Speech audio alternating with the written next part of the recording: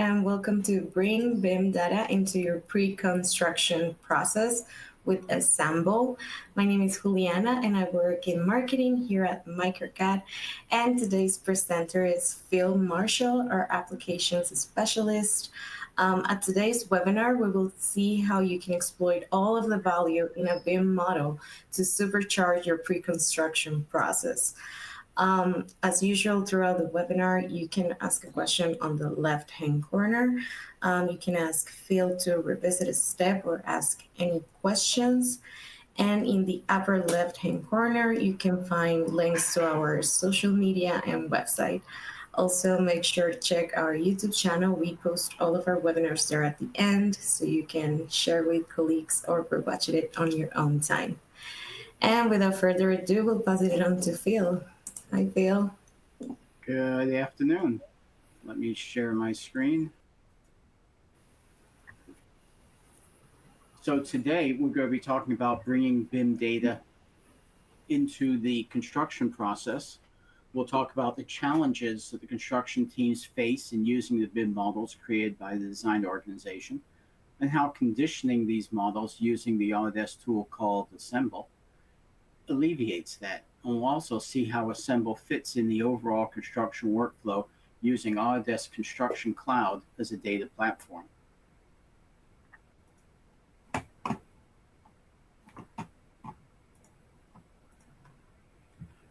We know that construction teams need the design data that's embedded in the BIM models that designers create, but they need much more.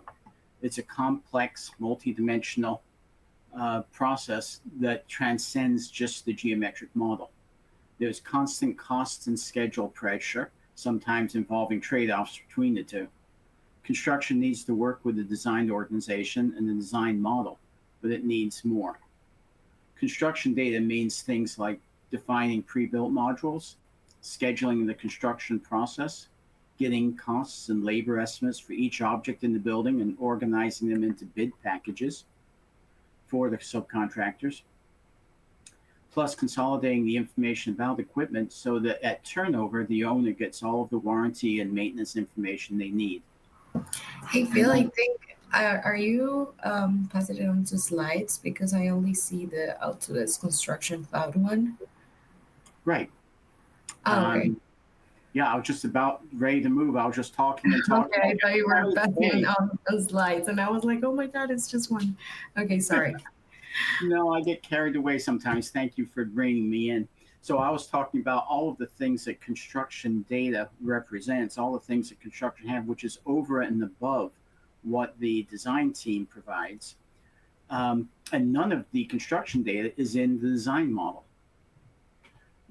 We know that there's value in using BIM because we had a recent survey that showed that 82% of BIM users reported positive ROI.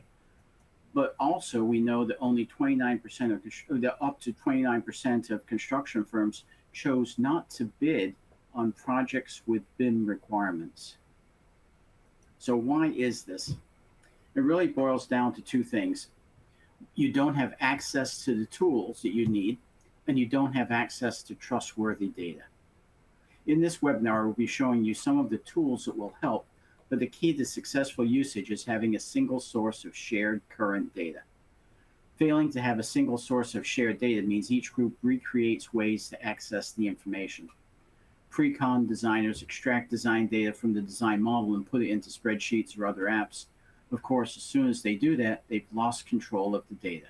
Design changes can be made, and the pre-con people have no automatic way of knowing. And as construction proceeds, there's no way to push change orders backwards into the design model. The project continues working on paper release packages plus manual change orders. At the end of the project, it's not feasible or even possible to create an accurate as-built model.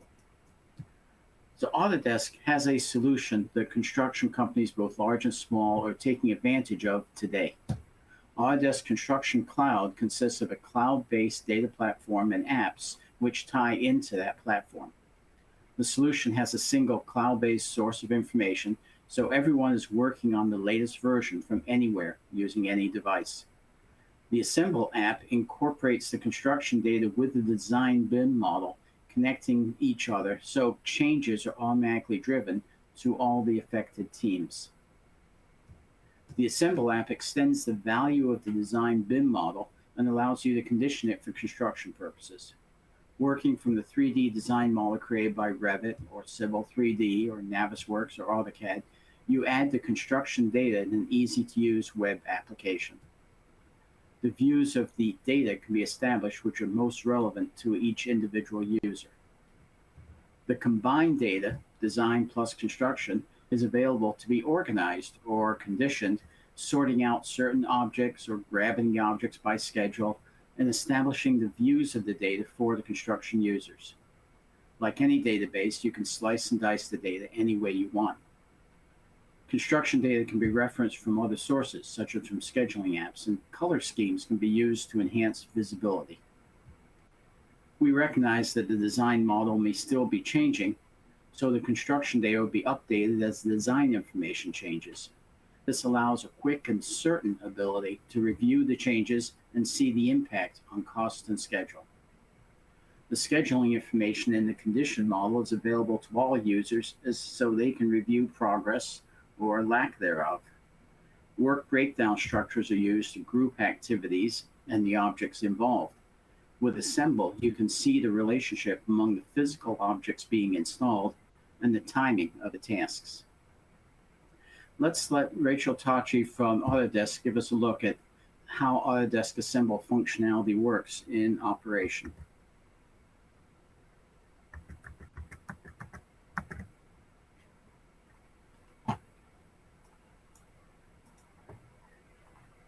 So to get in here, getting right back into the platform, essentially you can start to leverage a lot of the design information that's already in that model, but then continue to add a lot of that construction-rich data like I was talking about. So you can see, for example, I just grouped by this structural material that's already in the model. But we know that, maybe not everything's going to be 100% perfect for how we would like to understand this concrete information. So we can easily select all those different concrete items and start to redefine some of this information into a specific scope. So we can create a bid package here of concrete. And now we can actually start to leverage some of these assembled properties that we have by filtering directly into them or reorganizing or pulling out whatever data you might need to see. So in order just to filter down into that concrete, you can go ahead, grab just that bid package that you can see here, quickly type in that value of concrete that we just conditioned out, and now actually update this. So once we update that, you can see we immediately filtered into all those concrete items that we just aggregated out of that bid package. And we can start to dig a little bit deeper. So you still will have all of that rich design information for you to leverage as well. So over in those assembled properties, you can really key in here and understand any additional construction information that might be added, but also understand a lot of that design information, like a lot of those quantities that are already going to be available in there. So you can key into different type names for these different items, as well as family names and all that good design information that might be included here. So with all these properties and all this data here, we can start to leverage a lot of this information directly in the inventory. So we can really show ourselves and have an understanding of what types of quantities are on this project and really dive into more of the granular item level here. So quickly you can see just kind of digging into floors and walls, a good understanding of all of those quantities that are already directly available here. We can also reorganize this information. So you can quickly then key right into that total cubic yardage of concrete just by regrouping that organization based on the bid package. And then digging a little bit lower, you can also key right into all these different areas and different parts of the project, like your floors, columns, walls, things like that. And so with all this information, we're obviously not just relying on a lot of the quantity and the data that's in the model. We also have that visualization. And so we can actually leverage our color right property to really start to enhance some of this visualization that we have on the project. So immediately, if we colorize based on that category, we know exactly where all those floors are coming from in that model. We easily see with the green there. And we can also dig deeper if we wanted to. So I can come through and I could say, okay, I now want to see all the different types of floors that I have on that project. So all those different slab thicknesses, you can see that colorization, where those different types are actually in that model. So obviously really getting that visual understanding within that 3D model is really impactful, but we know a ton of teams still are really comfortable with 2D information. So you can even key down into a lot of this information on those 2D plans. These 2D plans are actually coming directly from that model, from that Revit model. And so they're automatically connected here. So easily selecting those different foundations, you can see that that's available selected within that model and within that 2D plan. So now you can start to bridge that gap. And so for team members who maybe aren't as BIM enabled like we talked about and have a full understanding of BIM, they can start to leverage something that they're really familiar with and understand before they, start to take that next leap into just working immediately with models.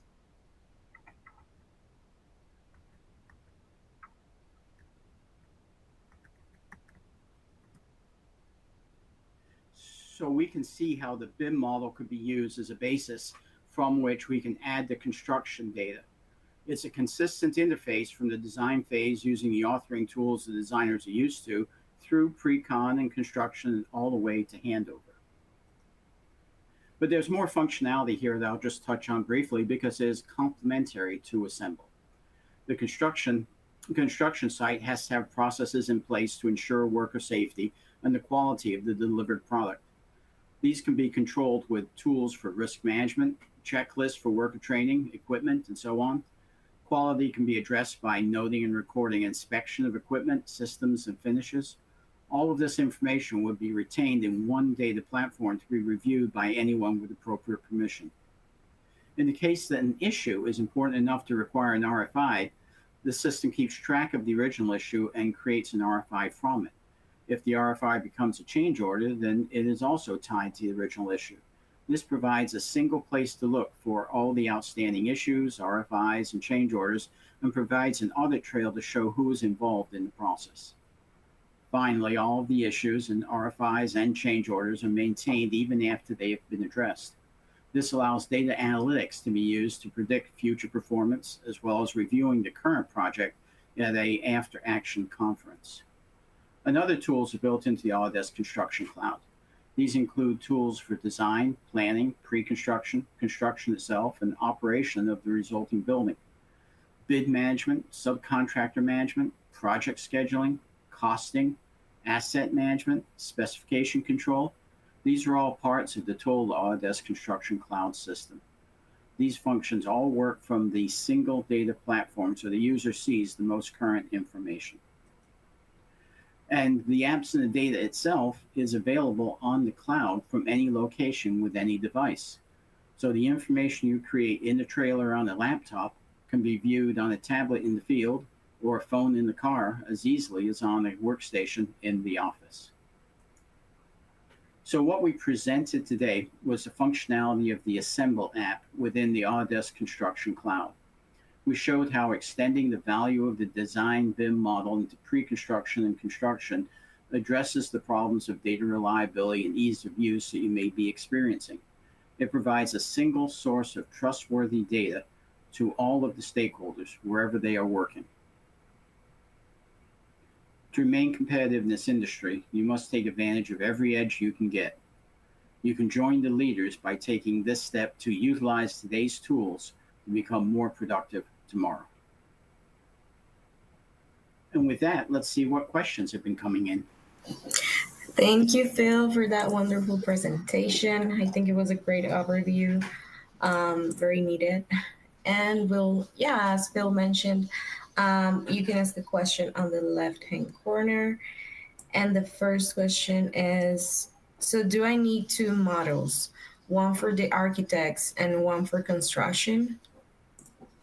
Well, the answer to that question is no. It's all one model, but the source of the information may vary. So if it's in a typical design, bid, build environment, then the architect's responsible for all the architectural data, but the GC is responsible for all the construction data. So you wouldn't want the architect adding it.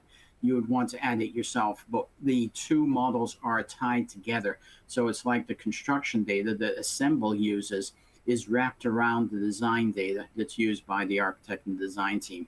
What that does, first, it makes available to you all of the current design data. And it also means that any changes are automatically and immediately processed so that everything is visible.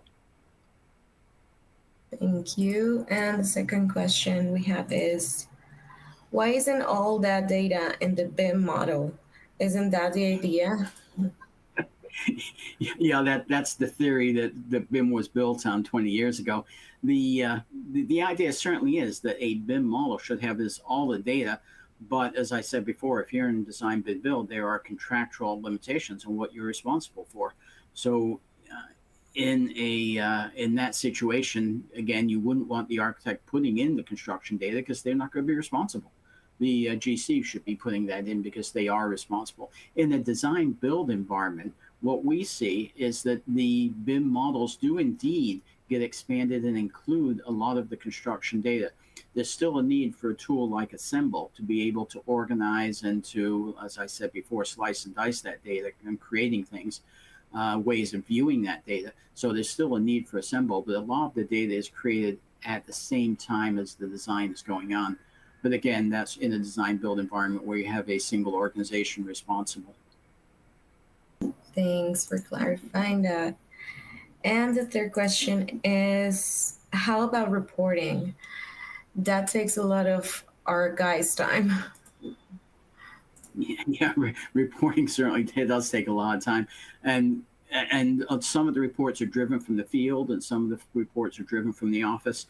What I'll say about reports here is that you have a single source of information using this system. So whatever reports you want, you go to the same place to get that information and generate those reports.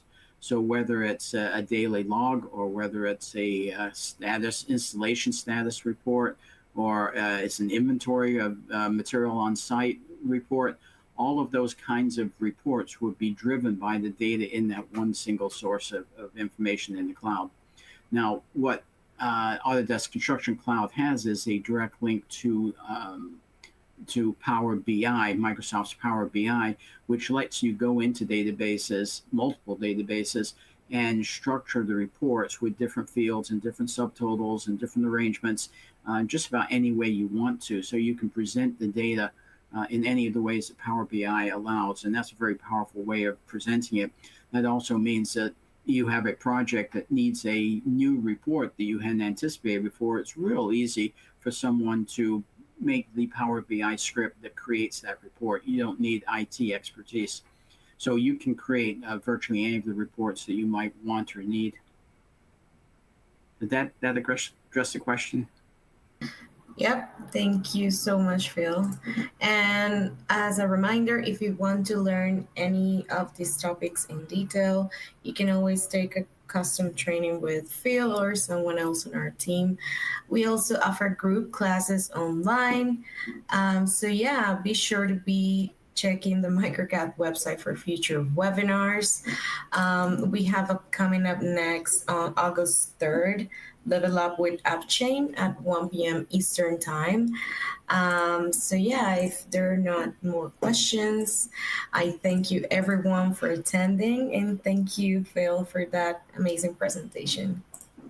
Well, thank all of you for your time this afternoon.